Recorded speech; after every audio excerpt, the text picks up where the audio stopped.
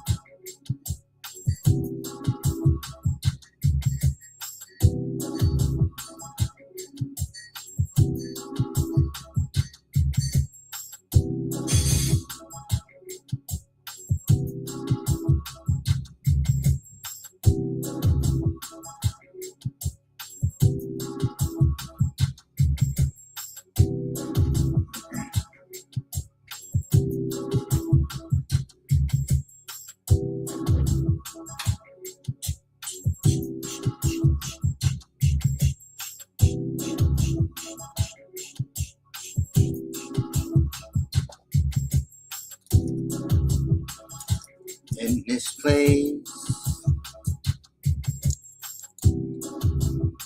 nuts, berries, and fruits,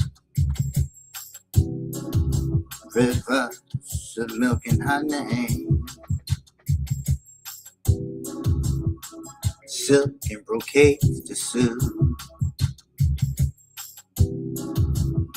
paradoxical enlightenment, spirits running free.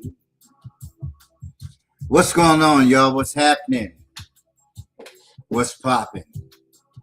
Welcome to another episode of Daddy's Right Here Live. I am your host, as always, Sabir Aline.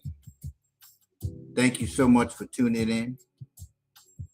It's always appreciated. So many things that you can be doing this morning, man. But here you are with me, and I really, truly, wholeheartedly appreciate that. It's been quite a week, needless to say. It's always interesting to watch the news and see the shenanigans that go on in this world. And as I will continue to say, God's in a man's world. God's in a man's world. So there's been a lot of interesting things in terms of my post this week. Yeah. I haven't gotten as many comments and responses as I'd like to have, and I'd like to have more. Listen, your input is so necessary to what it is that I post in terms of Daddy's Right Here Live and other things too. But Daddy's Right Here is my baby. Always has been. Always will. It has become the mantra of my living. Facing and embracing our responsibilities. Yeah. Facing and embracing our responsibilities. And as I continue to make this transformation, because that's what it is, it's always a transformation to get from the superficial way of living, right? Which camera am I on? Okay. The superficial way of living, the way I've become accustomed to throughout my years from childhood up, to get to this point of really delving into my unconscious. For me, it's a matter of I can't have a part of me that exists that's alive and kicking. Yeah, alive and kicking my ass some days because I haven't gone in there. Yeah. See, the thing about living is you have to go into this mixed bag.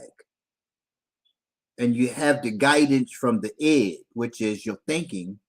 And then you have the ego, which is always sorting things out. Trying not to be so damaging to me, the human being, and making sure that still there's clarity given as to why or why not to act on this particular behavior. The destructive behaviors, the ones that constantly put me in harm's way. And there's a lot of them that exist.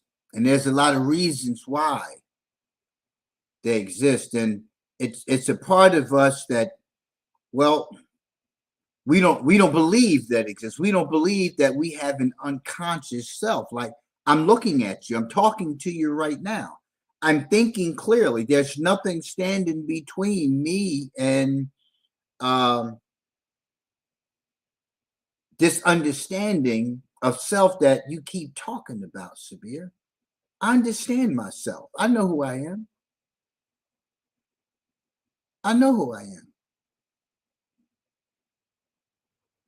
am. So you keep telling me I don't know me. And as a man, I don't want to hear somebody to keep telling me that I don't know myself, that I don't know who I am. And, it goes on all the time. Somebody's always telling you you need to be this to be considered as a good father. You need to be this to be considered as a good man. You need to be this way. You need to take on this. You have to, and if you don't, this is going to be, and you all these things that I am faced with every day by society, all the pressures that are put upon me by my peers, by the homies, because I got to make sure that the homies understand I'm about that. I'm built like that. I got to make the women understand I'm built like that. I got this. I got you. I got to make my parents understand. I know what y'all was saying. I got this. I'm going to, I know, and everybody has all these expectations upon us, and we just don't know, like, who's telling us the truth, and why don't I feel this way about this particular thing? Like, I'm just trying to be. Who am I trying to be? I mean, really, who am I trying to be? Who? It used to be a time of whose I'm trying to be. And I keep telling myself, I know who I am. I know where I'm going. I have direction. I have this foundation of living, but you're still in the top of that iceberg. You're still in the top of the iceberg, that tip of the iceberg, that part that's exposed to all those things that I just explained to you. I just defined. I just pointed out all of these things that have defined me, that continue to define me, that continues to refine me and ultimately confine me to this place that, well, I'm supposed to live and enjoy certain freedoms that have been afforded of me and imposed upon me to look like, I'm supposed to feel some level of freedom, but still I don't feel free. Still, I go through the headaches. I go through all of this turmoil, all of this stuff on the inside of me, and don't realize that what it is that I'm going on that's inside of me is the inside of me. It's the inside of me that I'm contending with. It's not the outside of me. It's not Miss Mary down the street who's always in my damn business, always tell me how to live my life, what I should do, what I shouldn't do, who I should be with, who I shouldn't be with, what I should eat, what I shouldn't eat. And then when I get in the house, my mother is telling me, my father is telling me what I should and should not do. I got all of this stuff that's constantly going on with me, but they're all defining me.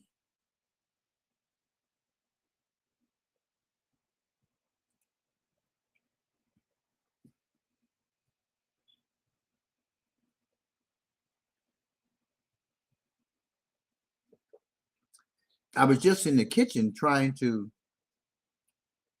open up one of the little instant creamers because I like the little liquid instant creamers, the little half and half that you get and all kind of stuff. And I was trying to get the damn thing open. Now I just cut my nails because when I cut my nails, right, I feel a lot more relief.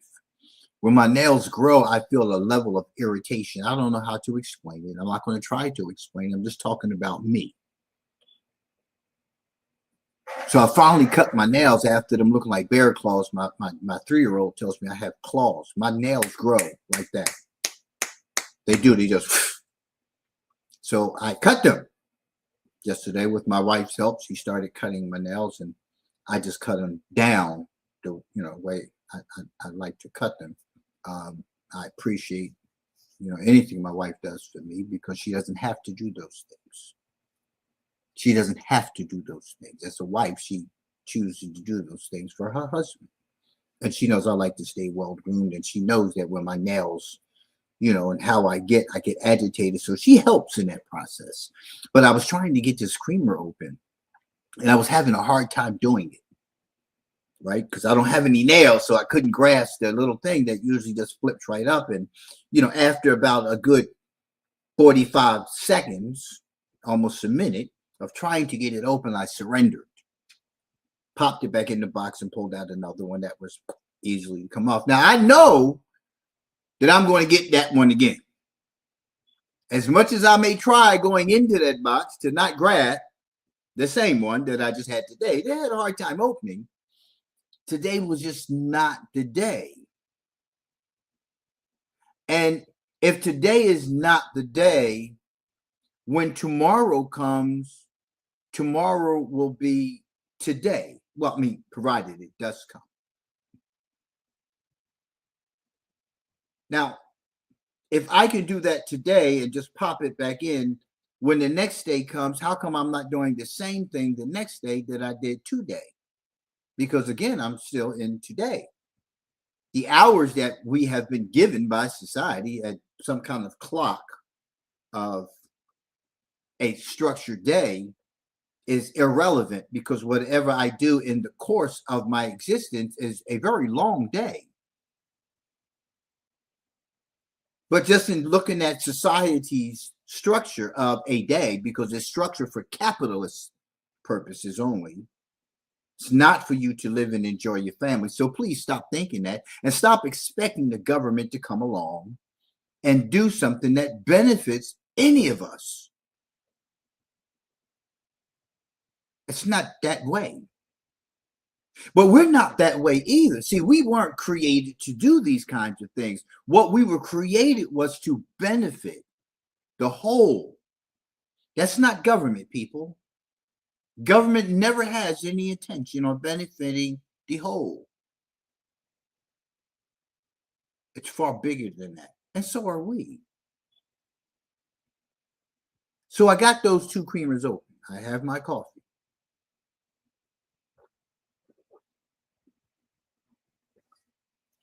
But it was a decision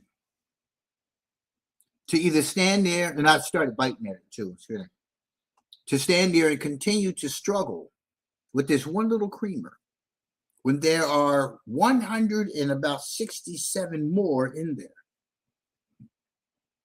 But why is it some days I want to struggle? Why? Some days I just want to struggle. Some days I want. Now, it appears to be a struggle because it wasn't really a struggle, because I could have got the knife or the fork and just ripped it open and poured it into the cup, and it was a done deal. It was a spontaneous thing to do. I knew those things were available. I knew those things were available. I know that they're available. Even if I can't recall it immediately within the ego got me. The ego got me. Because that's that layer that exists between the id, the conscious self, and the super ego, your morality, the values. That's the unconscious self. So the subconscious is a very thin layer. And in there, I could grasp, hey, let's grab the knife, man. The ego said, now let's tear it the hell up. But now deal with all this. That should just open. You go through all that thinking. The must-itises, the should-itises, can't stand-itises. You go through all of that. Oh, yeah, you go through it. You think you're just making a decision about something, when the decision has already been made. It really has. When there's no balance between the id and the superego, which is the responsibility and duty of the ego. So you got conscious, which is, again, I want to keep teaching you this. The conscious is the id. The person that wants it all, cares nothing about the next person, is not callous in its uncaring act, can appear to be, but it's the natural thing that I do. It's the animalistic tendencies, the impulsiveness, the lackadaisical approach, the enraged person, the person who just like dramatizes everything. right? That part has to always be kept under control. And that's the job of the ego. The ego does its job. I say, hey, hey, hey, have fun, but don't go overboard. When we start making decisions, I want you to follow me here. I'm a clinician. I'm an intellectual. I'm emotionally intelligent. So for me, connecting the dots is important. I want to know about my superego. I need access to that content because it's acting without me anyway. It's putting me in harm's way. Anybody around me is at risk. Anybody. But who's at the higher risk of me? Me. Me.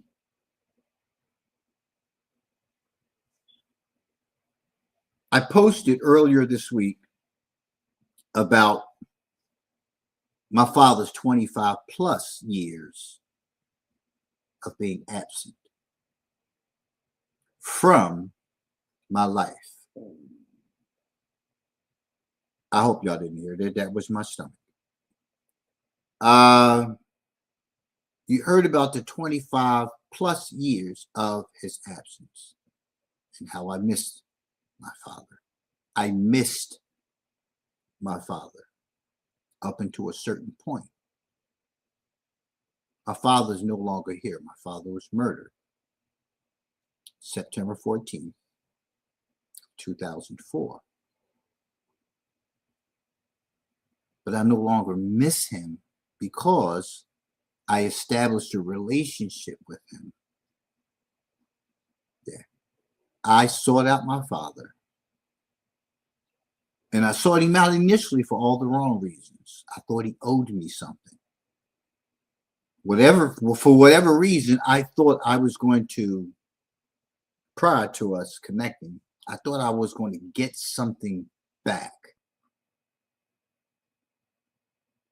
And that's an approach that a lot of us take when we haven't seen or connected with a parent.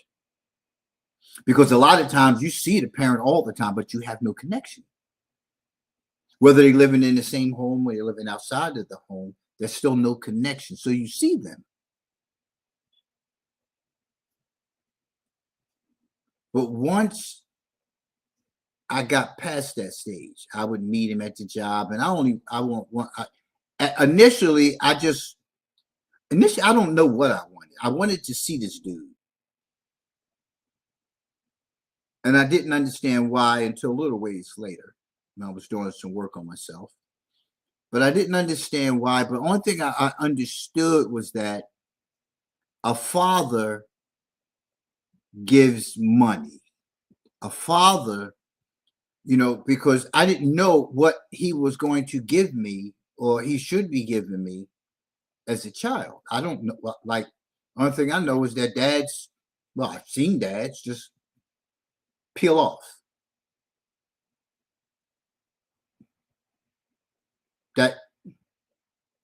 That's what he does, right? He gives money. Fathers give money. Fathers supposed to pay the bills.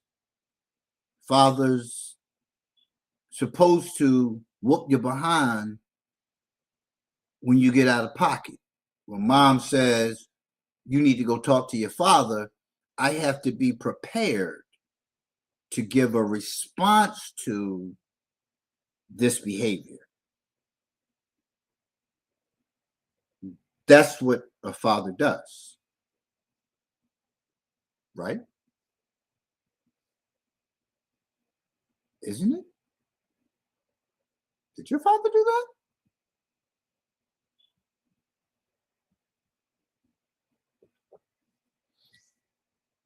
So him not being there for some years, there were others who pitched in. males.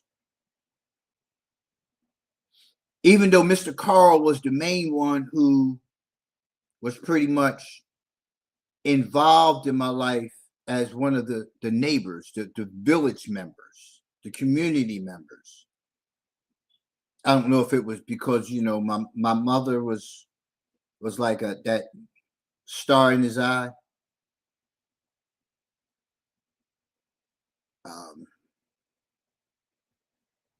My mother reminds you of like me, of like Jada Pinkett. My mother about 5'7", sharp, kept her hair sharp, nicely built, that golden color about her, right?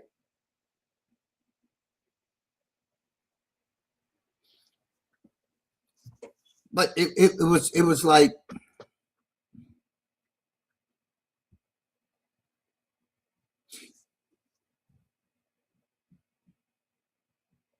my father was attracted to her. And so were a whole lot of other people, a lot of other men. But most of my friends, I had a friend who used to go to the laundry with me because I was going to the laundry, washing clothes and stuff. He used to grab my mother's underwear and run around the laundry with them on his head. I didn't like it. He was my friend and everything. But there was something about the relationship I had with my mother and my father and the way they molded and shaped me as a child.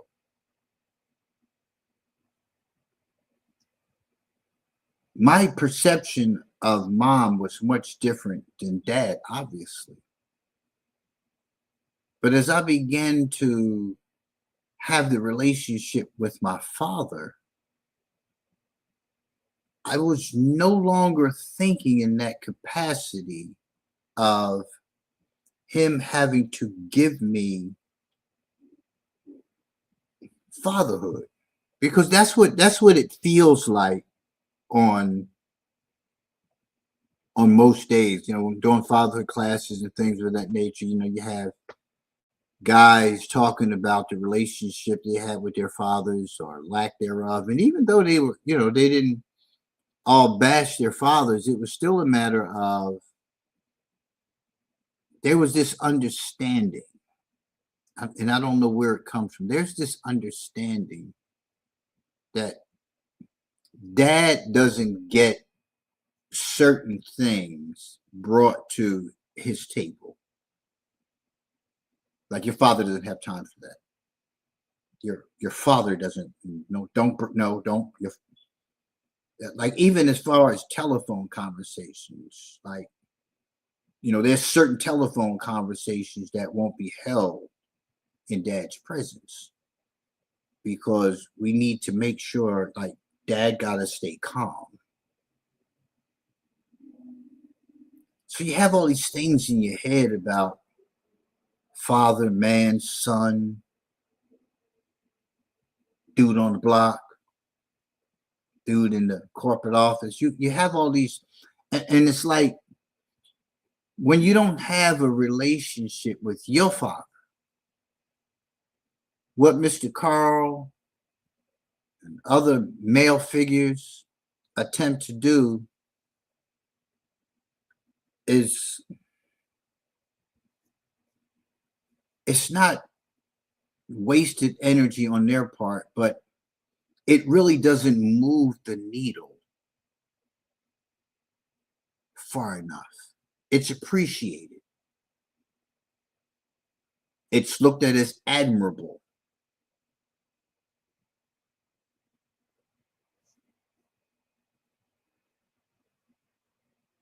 But you have to understand the psychology of it. You have to understand the mental health ramifications of absence. And if you go and you try to find, Google it, and try to find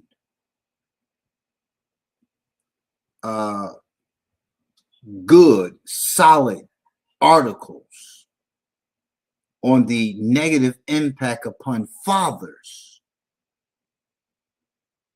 who have been absent. It's hard to do, man. I've been Googling and Googling, and I'm gonna Google some more because I want some other content. I have plenty of content. I've been doing this since 2003.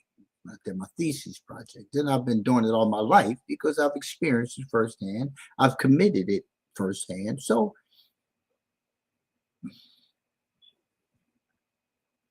I was just happy to meet him. I was just happy to not be rejected by him. You understand what I'm saying? There was a joyfulness that wasn't projected necessarily in presence, but I just kind of settled right in because this is my dad. My father was a laborer in Philly all of his life. A laborer. And everybody knows him by Norris, right? Which is my birth last name. I'm named after him, Junior. So everybody knows him by Norris. And I used to meet him at the job, and we would go over to the spot, 10th Street, off of Market, right off of Market. I think, what's that? Randstead is the next one over. And we used to go to this little spot, and they used to go there, and I had never eaten eggplant before. And my father said, I said, nah. He said, order some eggplant. He said, what about clams? Like the little neck clams. Like, I never had none of that stuff. So I would meet him there. The first time he put out eggplant. It was fried up, sliced. It was meat sauce sitting there. And, some of the dudes from the union, came over there too. And I met, quite a few of them. He said, well, I'll go over there. It's about maybe good 10, 12. Roll up over there. They stay for a while, have a few drinks, and they going home. And then me and my dad be sitting there. Be a couple other guys still there. And then my dad would roll out. And then eventually that became my hangout spot with my boys from the restaurant I was working at. But we were sitting there. I was, pridefully I'm sitting here with my dad. And I wasn't a little kid, but I felt like a little kid. And see, one of the things that I found was that as a father who's been away from his father, whose father didn't play like any significant role that from our mind significant. He's still a man. He's still my father. He got his shit like everybody else. Like everybody else. But the expectations that are put upon our parents, are no different than the ones society puts on us as a whole. So we just got one more to beat us down, who happens to be of directly my blood. But to be sitting there and we just vibing. It's like, how you sit and you check somebody out, but you'll be like looking directly at them. So, we would just vibe. We would just eat and, he would try this and try that. And, and then he brought out the little necks, right? And I swallowed one. They was raw. We swallowed them things off the ship.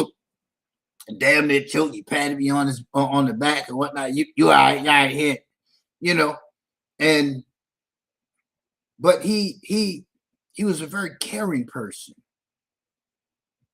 Even around the fellas, like you can see the air around him. My father had a lot of respect. And even in talking to Junior, my father always spoke kindly about my father. Came to my father's funeral, spoke at my father's funeral. Junior is the union leader.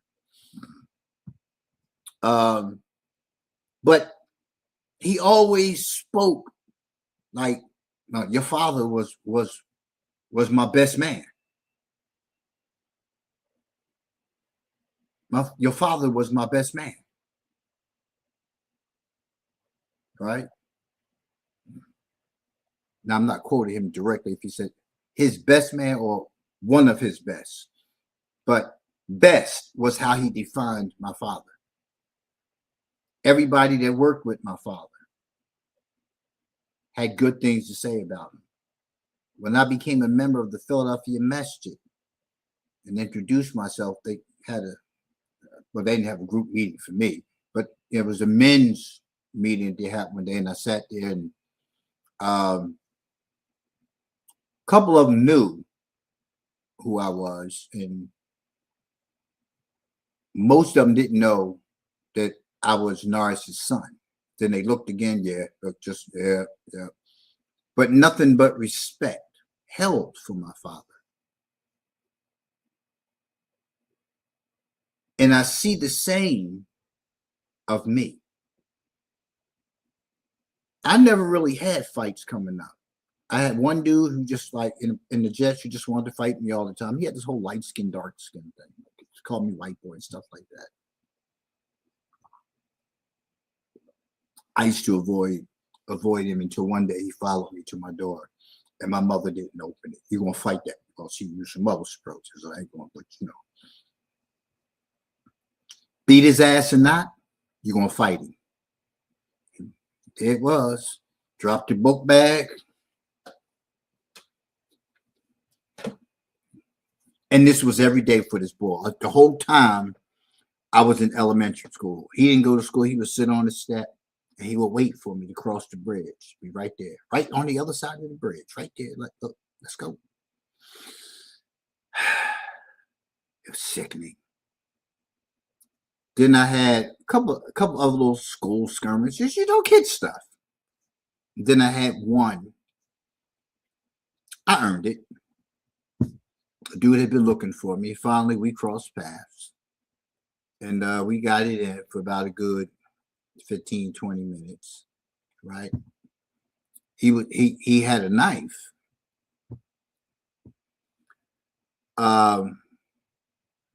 And it fell out of his pocket somehow or another. He dropped it or something. And he was telling everybody, it was, everybody grouped up and, yo, fight. And he was saying like, yo, give me that knife. They was like, nah, we ain't giving you no knife. Nah, fighting. But, he was like sitting on me and like I was trying to get him off me. He was trying to reach back for the knife. And then all that happened and the police showed up. That was 1977. Haven't had a conflict or a confrontation physical with anyone since then. Because that's who I am. That's how I conduct myself. That's how I conduct myself. I don't have that going on in my life.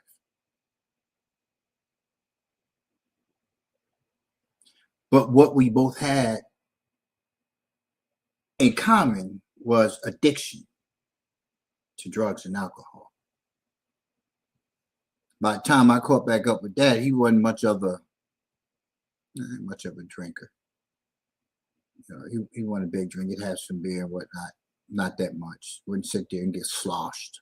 The way I used to remember him. Just slosh. Come Mad Max, Beyond Thunderdome kind of shit. But I did. I did. I got it in. I'd be drinking bowls of cognac. That was back in the 80s. Before cognac, became what it is. But I would get smashed, I would get smashed, and then I would go from there and go to my other spot, and but I used to talk to him every day. I would get off work, I would ride right past that way, I would pull over, park, sit on a step, talk to him for a minute, and it was just conversation. It wasn't like, at this point, what do you want to talk? You gonna still talk about what was, what wasn't? Why? What good is it gonna do? You want answers to what? What answers do you really want from your father? Ask yourself that. Ask yourself, especially if you're an adult. Ask yourself that. What are you looking for? What are you looking for? An apology? An apology for what?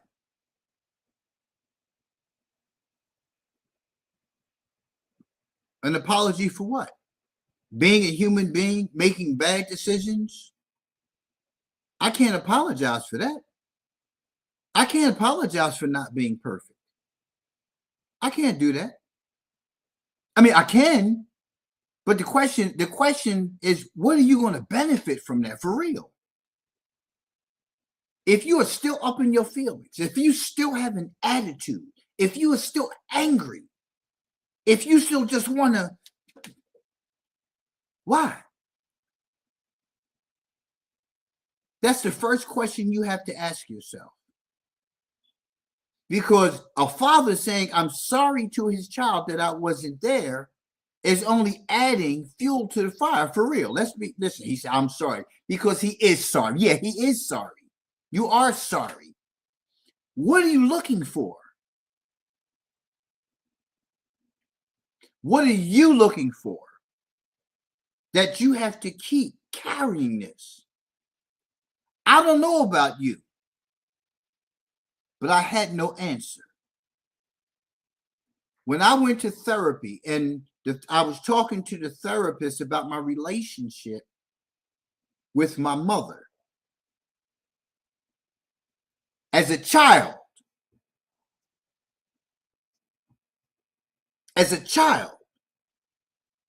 I'm talking to her as an adult. This was 2000,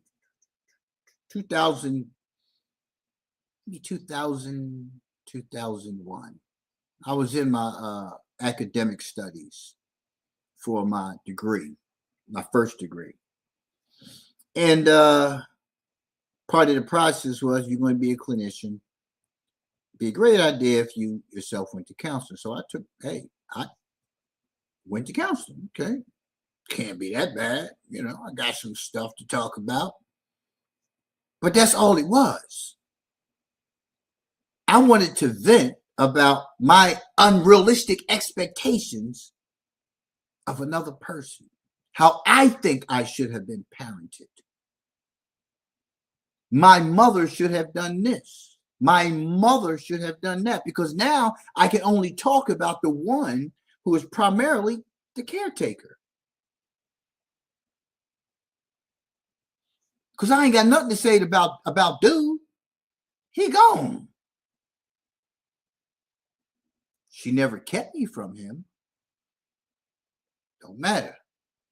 My experience as a child. So I was telling the therapist how, she said, well, tell me about what it is. And I told her about some things, shared some things with her. She said, okay, so you told me, though, that since childhood, your relationship has improved. What would you benefit? What would be the benefit in having a conversation with her about your childhood now?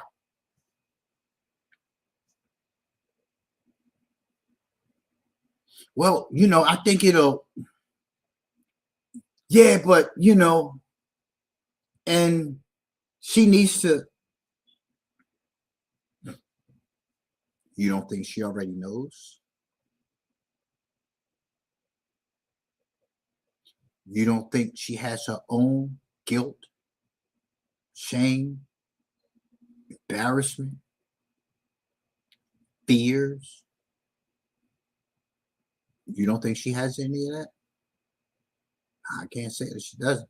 She took care of us. A woman who didn't want children took good care of both of her children, kept them, covered them, fed them, loved them to the best of her ability. And it doesn't make a difference that she was a young mother. She was a mother. You can't take that away. I'm a father. You can't take that away. You can put all kind of labels upon me, defining me to your expectation, you can most certainly do that. But nothing's going to change. Nothing is going to change. Time is gone. You've made it through those periods. And here we are now.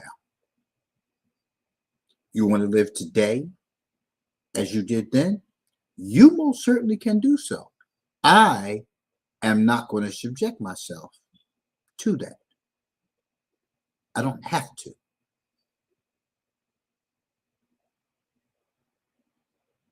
I'm not going to work on me getting past my shame, guilt, embarrassment, and all those other things that come along with my absence from what I feel. Because you don't know. Matter of fact, most times we don't even care how the parent feels. But that speaks more volumes of who you are and how far you have become, or how far you have come in the betterment of self. You still have the responsibility of learning who you are and what your duties and responsibilities are to the masses, not just to my child, but to everybody. I have a duty. I can't sit around and continue to live my life under your thumb of irrational thinking. I can't do that. But do you know how many of us have done it? Do you know how many of us still do it today? I didn't want to feel that anymore. So I sought my father out and I stopped feeling that. I just talked to him as a dude who I know is my father. I'm going to treat him with respect.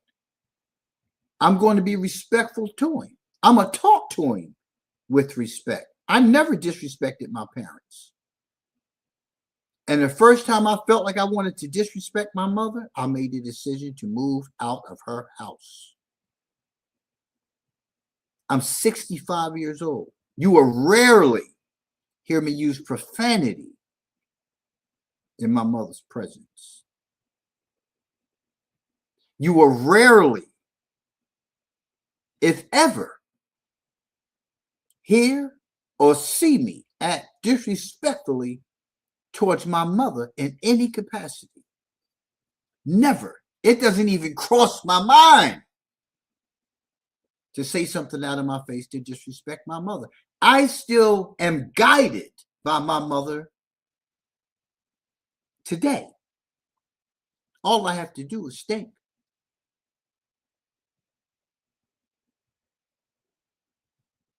That's all I have to do.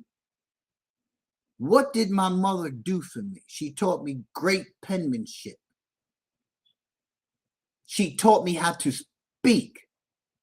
Even though growing up in the hood, I had, yo, what's up, homie? Yo, so that's language, that's theater. That's all it is. It's theater. It's the same theater that we all gather when we living on the streets, when we being on the streets. I was in the streets. These streets of these days, I would never be in. No, I wasn't the streets that I was in. Streets are different now, far different. I don't need to be in the street. I'm 65 years old, so if I'm in the street, that's a problem in itself.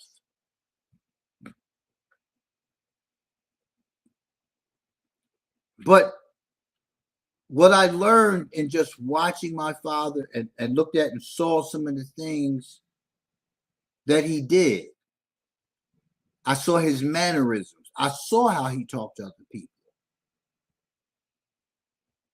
My brother and I, Muslim. Other family members, Christian. My father never got into any middle. He would greet, hey, none of that. There was never any conflict. He knew about Islam. We never got into detail about his practice or anything. We didn't need to. You figure that stuff out. You want answers to questions that sometimes we as fathers can't answer about what happened. But you know, 1 and 1 equals 2. When you put 2 together, right? Math allows for that minus sign. 1 minus 2 equals 1. Somebody's leaving. Somebody has to go. You yourself haven't been in one relationship all of your damn life. So why do you expect me to have been in a relationship with the other parent all of my life? It would be great if it was that way. It's not that way today because society plays such an intricate role in places they don't need to be, so things continue to go the way they do. But let's look at your irrational thinking. Is it rational to suggest even that your mother and I must have an everlasting relationship? A relationship that is argument, confrontation free. Is that realistic? Is that rational thinking on your part? Is it? Because that's what you have to begin to look at when you start making this transformation within yourself. What did it feel like for you when your heart got broken? What did it feel like? Do you know that at some point in time, at one point in time, your mother and I had a great relationship? Did you know that? Did you know that your mother and I were friends for years and are still today cordial to one another?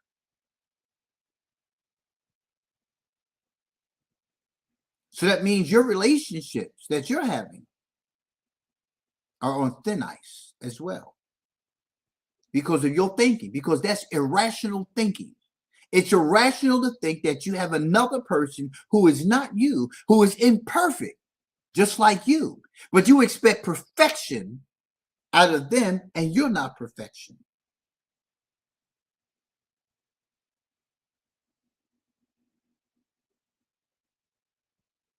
All I wanted was my father.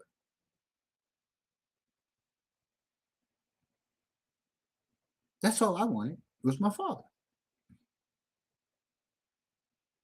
And I made it my business. See, all too often we want something in a relationship that we ourselves don't even go after.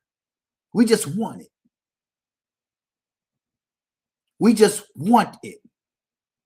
A man wants a wife but doesn't want to be a husband. A woman wants a husband but doesn't want to be a wife. Something wrong with that picture. There's something wrong with that picture. But how many of you do it? You want a good man, but you're not even a good woman, and vice versa. You want your parents to give you this, you want your parents to give you that. What? Because you compared yourself, your living, what it is that you get from yours to somebody else's. Because you saw it on TV. Everybody's doing it. Everybody has one. But you don't even know everybody. You got a few people around you who you've seen with it. You've got a few people around you who you've seen without it, but they're insignificant to you. And you don't see anything wrong with that thinking. You don't see anything wrong with that. You're only focusing on the ones who have what it is that you want to have. So how do you treat those who don't have? The way you think they treat you because you don't have. You want it because you want to be a part of that group because you want people to say about you what they say about them. But you haven't been around everybody who talks about them.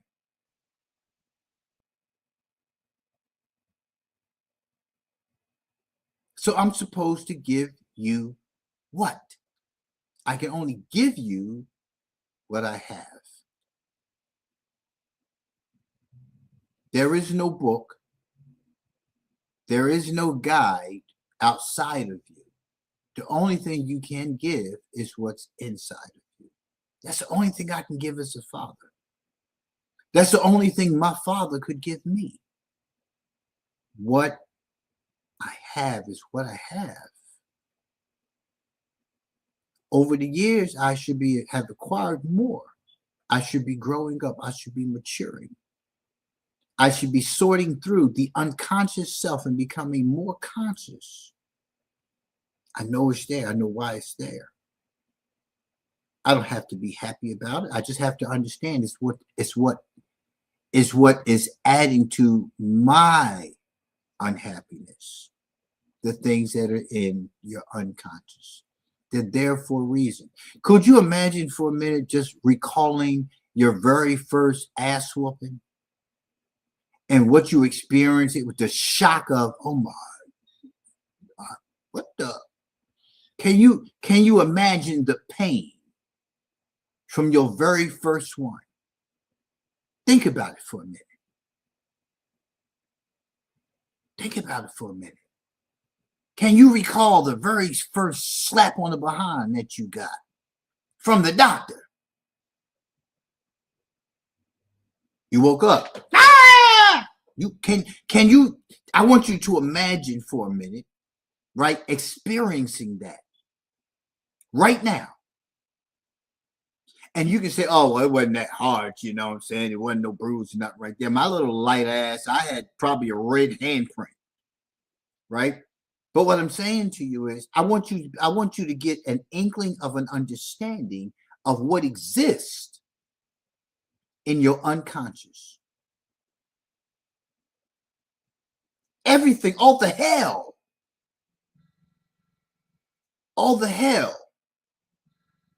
that you've experienced in life is in the unconscious. Where do you think it goes? You think you plug into God and then all of a sudden it goes away? You think you can snort, smoke, or pill away all of that? No, it's you. It's the power in you that absorbs that. That absorbs that.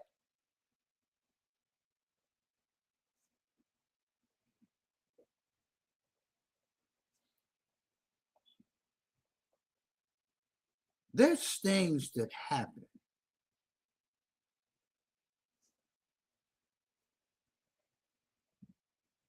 There are things that happen.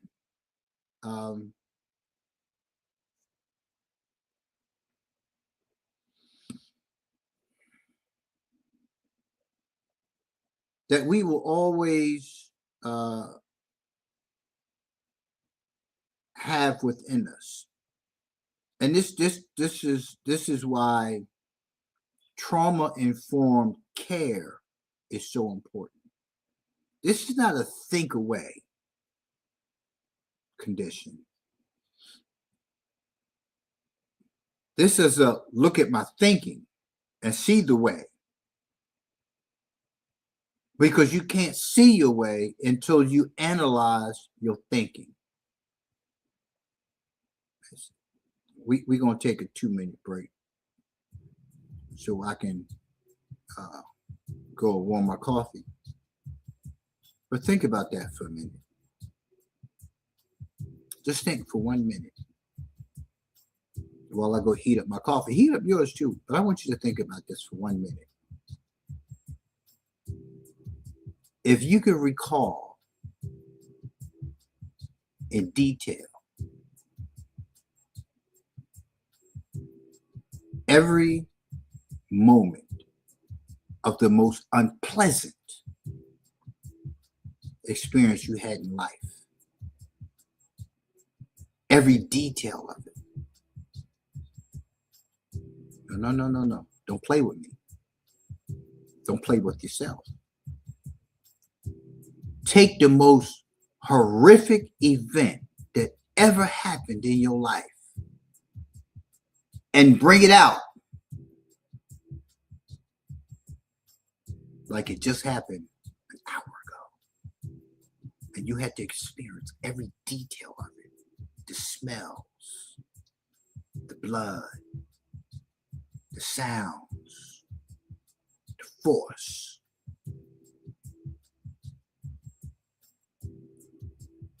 What would that be like? Do it now. Right back.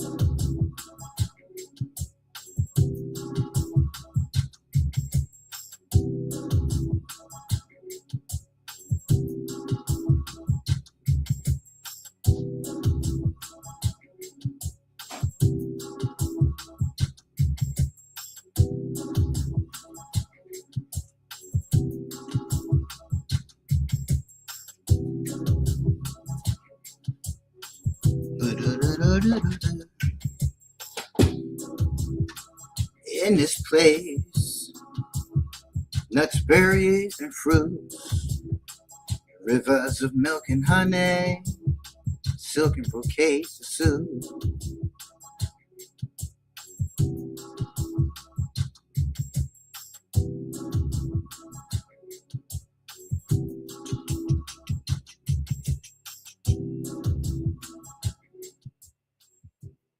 So, welcome back. So, what I need for you to understand is that all of these things that have ever happened in your life, I don't know about you, but I often wonder where they go. Now I know. They go into the unconscious self. It's the hidden self. It's that part of self that the human body has looked at and say this would be too much for you to bear. So we're going to tuck it away for you. You have to understand what exists within you and who you really are as a human being. We've been taken away from our true purpose. You keep telling yourself, "Oh yeah, living on purpose." What purpose?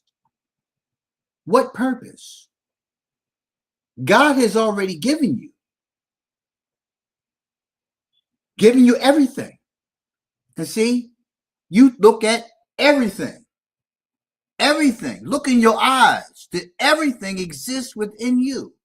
The hell exists within you. The heaven exists within you. 99 attributes of his. The power is within you. You make the choice. And not making a choice is you making a choice. Doing nothing is you making a choice. You choose to sit back and hold all of this rage and anger. I don't know what it is that I was looking for. There were no answers. There are no answers. You keep telling yourself all of these things. Well, I need him to do this. I need him to do that. I need him to do this. I need him to do that. And how you doing with your parenting? Oh, well, I'm better than you. Was there a comparison? Yes, comparison, because we raise our children in two ways. We give them what we didn't get. We don't give them what we got. But then when you're confronted with your own, you see, well, yeah, I see why he popped me on my behind. I see why he was this. I see why she did that. I see these things now. But it still doesn't answer the question. What are you looking for from your father? What are you looking for from your father? All right, you proved how hateful you can be, how angry you can be. You proved how disrespectful you can be. Now what? Now you don't have a relationship with your father because of your thinking, your self-righteousness. Oh, well, as a father, you supposed, yeah. Listen, as a father, I would like to have done a lot of things different. I didn't have the capacity then. Having the capacity now doesn't matter to you because you're still focused on what I didn't do then. So you're lacking an understanding of what it means to grow up, of maturity. You still haven't grasped that. So you continue to act out and you continue to point fingers and you continue to blame for your condition that you made your choices about, just like everybody else. When a man goes out and commits a crime, he already knows the consequence if he gets caught. He knows that. There are instances where males have made decisions. I say males because everybody that go out and father child ain't a man. You got 13, 14, 15-year-olds making babies. But when fathers go out there, they're going out there as fathers. And that's the first part that has to be understood. That I'm going out there and I'm a male. I'm a man. I'm a boy. Whatever it is that I am, I am. Got to understand that part. I am. I am that I am. Right? I'm not black. I'm not white. I'm not Asian. I'm not Muslim. I'm not Christian. I'm not Jew. I'm none of those things. I am. Period. No matter what scripture you read, I am. Period. Period. That will never change. You have to embrace it and understand it and interpret it not based on totally a chosen religion, because that too separates you. If you ain't this, your I am goes away. Why? Who said that? You need to go back and read. People are just taking identities. They're taking identities. Understand that. You're taking an identity and making it who you are. And God didn't create you that way. No, he didn't.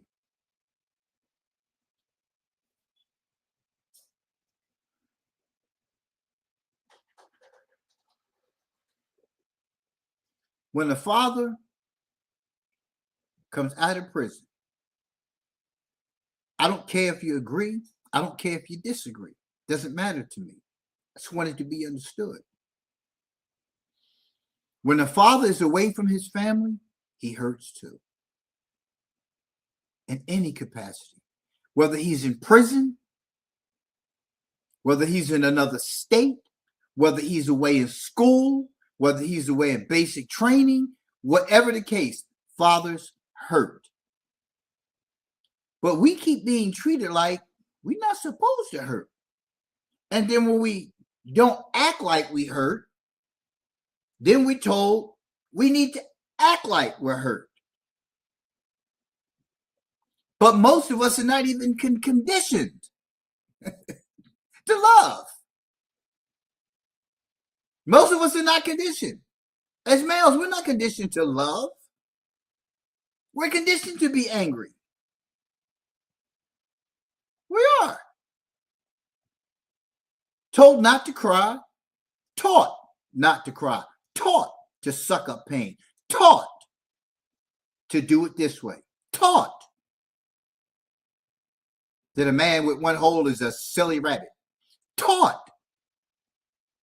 Are you what? You getting it into 13? My man, high five. That a boy. Yeah, that's my boy. Getting it in. He knows how to.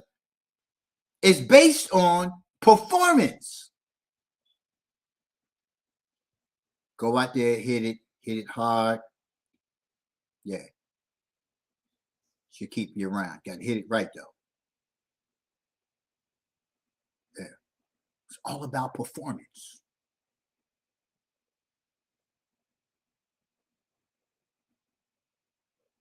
All about performance. My worth based on performance. Everything's about performance. Mommy, what does Daddy do?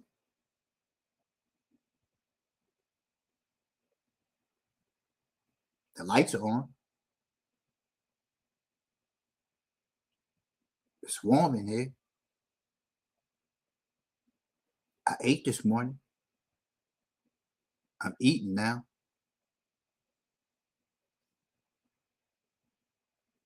That's the expectation.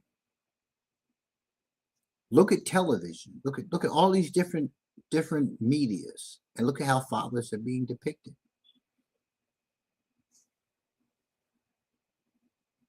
So when a father comes back, wherever he came from,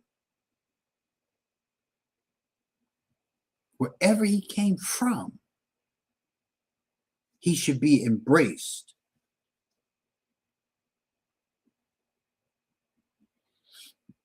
I didn't tell you because I just came home from jail, prison, that I need to resume anything. I don't need for you to tell me. I already know. My shame, guilt, and embarrassment, I already know. But it's because of the people who I'm around that I can't express it. I'm learning that. That's what we do with daddies right here. Teach you to be you. And the you that is talking right now is not you. It's the hurt that's talking. It's the failure you've convinced yourself of that is doing the talking. It is the fear that's doing the talking. Until you humble yourself and stop fighting everything outside of you that has already defined you, and you're so distraught and destroyed by not being able to meet the expectations of others, that being yourself has not even come to mind. You think you are who you say you are, and you're not. You're greater than that. But you can't continue to hold on to that, because it's been proven that society gives not two damns about you. When you come home from prison or jail, all they want is the money. They just want the money. I don't care if you didn't tell me to give them the money. I don't care if we gave the money, willfully, all in the effort to lure them away from your leadership. You are a leader. You are a leader. It's inside of you what you're looking for. It's inside of you. Tap into it. They're always coming for us. It's either our children coming for us, the mother of our children coming for us. Society as a whole is always coming for us. You weaken the family by taking away its leadership. You do that in society as a whole. Family is a system. There's a corporate system. There's a sick system that is out there to destroy us. Do you know why? Because they really know who you are. They really know who you are. As a father, what you saw on John Q was a very small example of the power that we as fathers have in this society that has been taken away. It has never been anything sensational about what we do as men, let alone fathers. Look at how we're depicted. Look at what's made available for us. Look at the conversations about us, about men's health, period. How many magazines do you have on men's health? How many podcasts do we have about men's health that has a following as great as the biggest church congregation, the biggest masjid, the biggest synagogue, the whatever it is that you practice? Where is it talking about men's health? Doesn't even talk about it.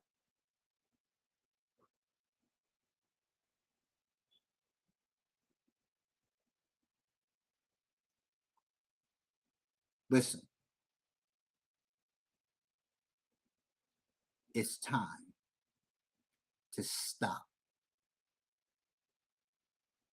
looking outside of you. You don't have to run around looking for God. You don't have to.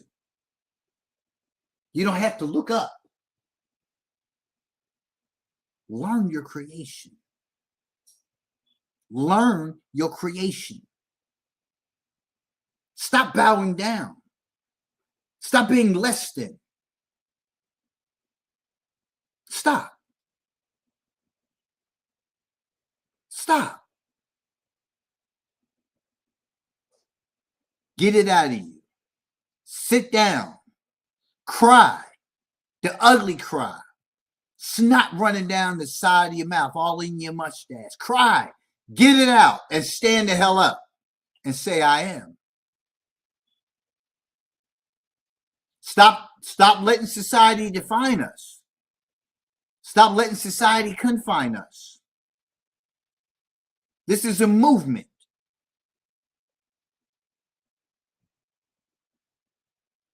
Be emotional. Be loving and caring. Be empathetic. Hell, be sympathetic.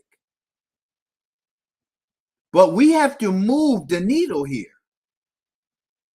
in growing up ourselves, maturing ourselves, but most importantly, understanding our creation. Oh, we didn't just happen, boys and girls. No, we didn't. That sperm cell got in that egg for a reason. What you are is the reason. What your child is the reason. If you made it, your child made it. You need to know why they made it.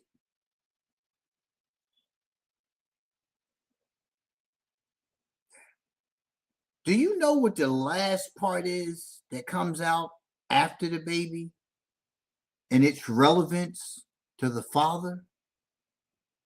You should learn that. You should learn that.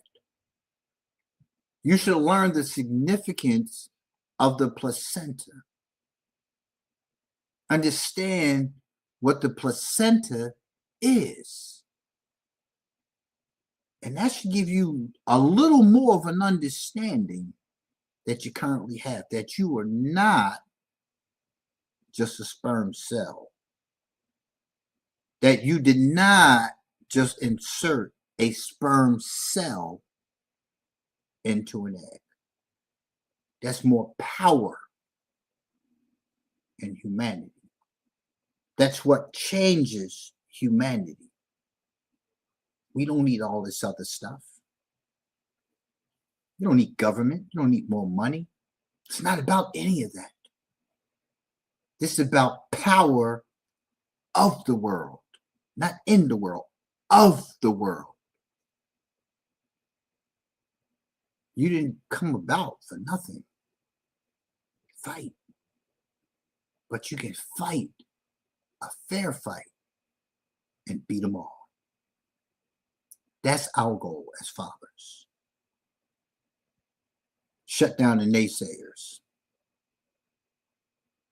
Be available no matter what. No matter what. We be there. We get with others who are fighting to be there, and we have conversations, and we look for solutions. To be there. Be there first. Be there first.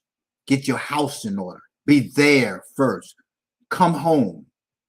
Stay home. Don't let them lock you up anymore. Don't give them a reason to lock you up anymore. It's a decision that you have to make. A hard decision, especially when you ain't got the means to meet the expectations of a society that wants nothing from you but the ability to earn them money. That's it. That's not our focus. Our focus is on building humanity to be prepared for man's world and to surpass everything. I want you to say AI in the form of a word.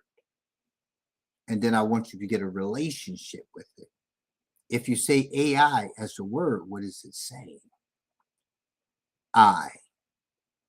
The more you interact with AI, the more you find out about I am. I'm telling you, pay attention.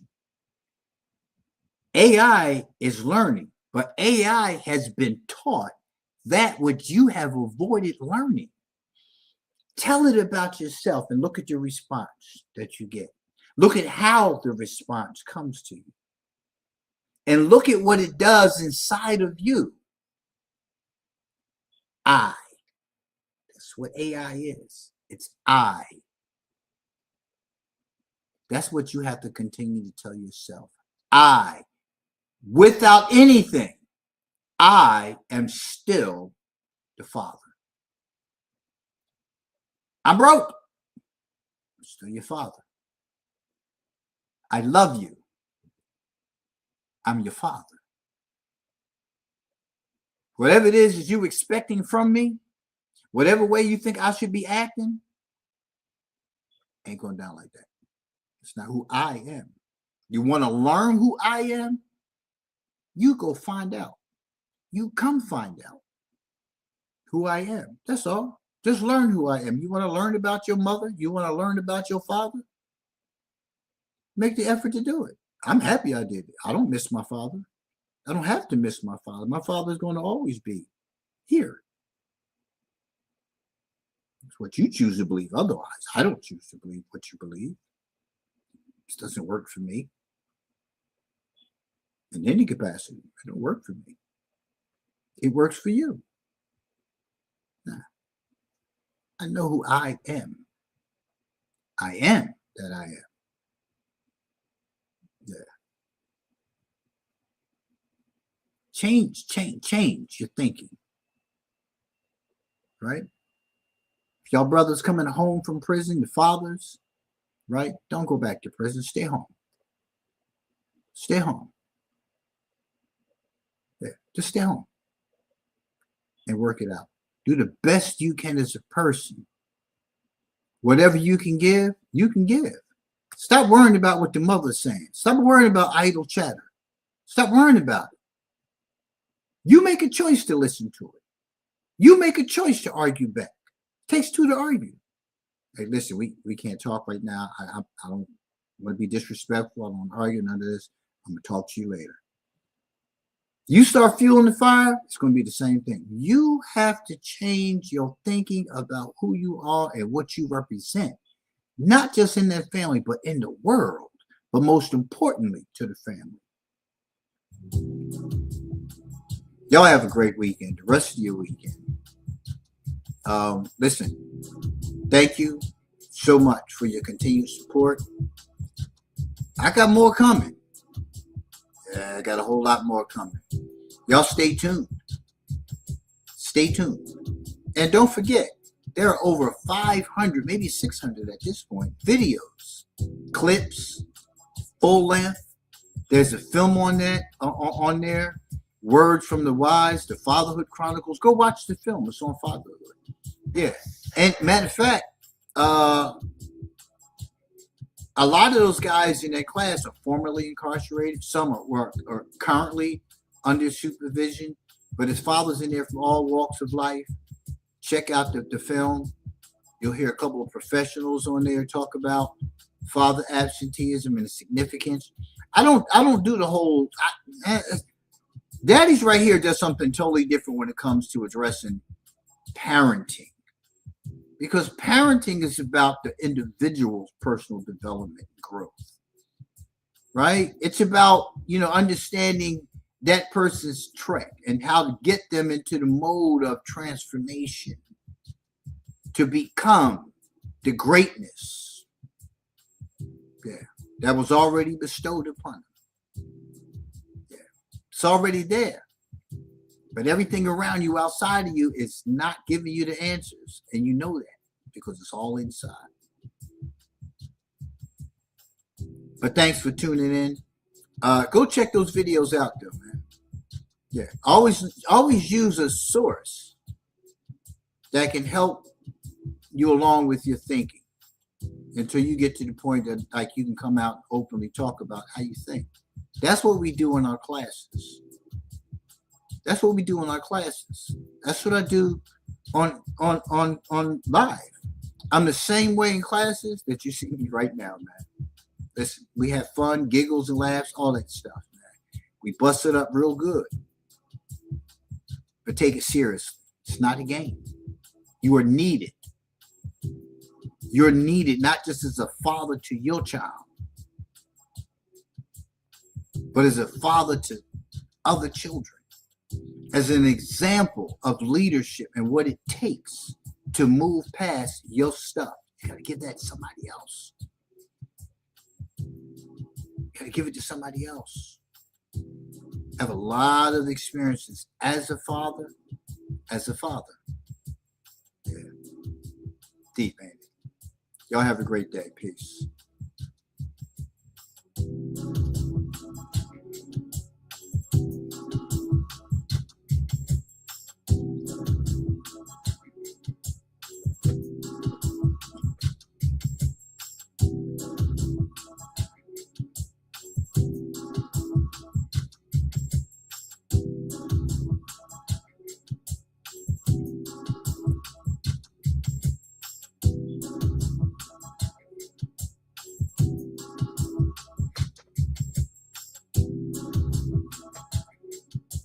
So here's AI's overview of father absenteeism. Father absenteeism affecting 24 million American children is the lack of physical or emotional presence of a father, leading to increased risk of poverty, behavioral issues, lower academic performance, and mental health struggles. It often creates a father wound, raising kids of delinquency, depression, and long-term socioeconomic challenges.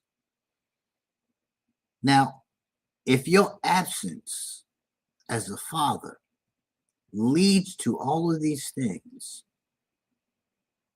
what would your presence bring?